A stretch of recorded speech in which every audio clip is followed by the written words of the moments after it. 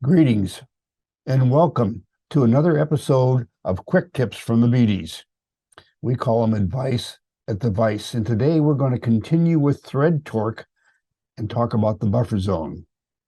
What's the buffer zone? Well, let's start with a definition on a PowerPoint of thread torque, and then we'll describe the buffer zone.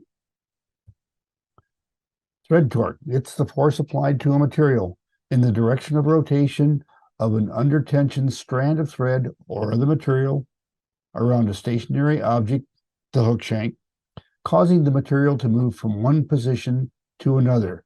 Sometimes that position is desired, sometimes it's not. Can we mitigate thread torque by placing a barrier between the material and the thread? Well, we call that a buffer zone, that separation between the material and the thread.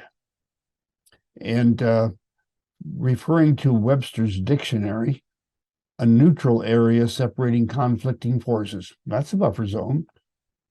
Broadly stated, an area designed to separate. What does the buffer zone mean to us as fly tyers? For our purposes, in fly tying, a buffer zone is an area over which we apply material to reduce or mitigate the effects of thread torque. Today we're going to use softer thread wraps applied between the material and the thread to drastically reduce that thread torque. Now I'm going to take a quick look at the vise. Got a hook in there with some thread on it. This is going to be a very short, easy demonstration. Here we've got a hook in the vise with some thread on it, and I'm going to attach this round rubber leg to it. Tight turns. I want you to see how that twists that rubber leg around. Twist it to the side. We want to control that. Let's put some softer wraps between the hook, the material. All right. Now we've got, let's just take a look here.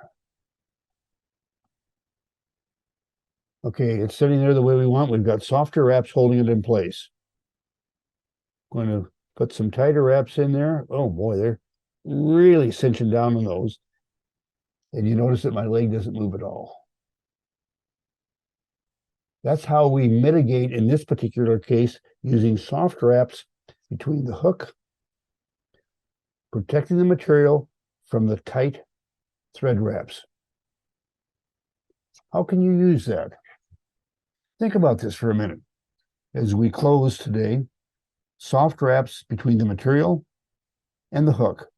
Think about, well, as an example, peacock curl off of the sword. They all have that slight curve to them. And you like to have the tail on a fly, let's say, with that peacock sword, all curved in the same direction, but thread torque makes them go helter-skelter.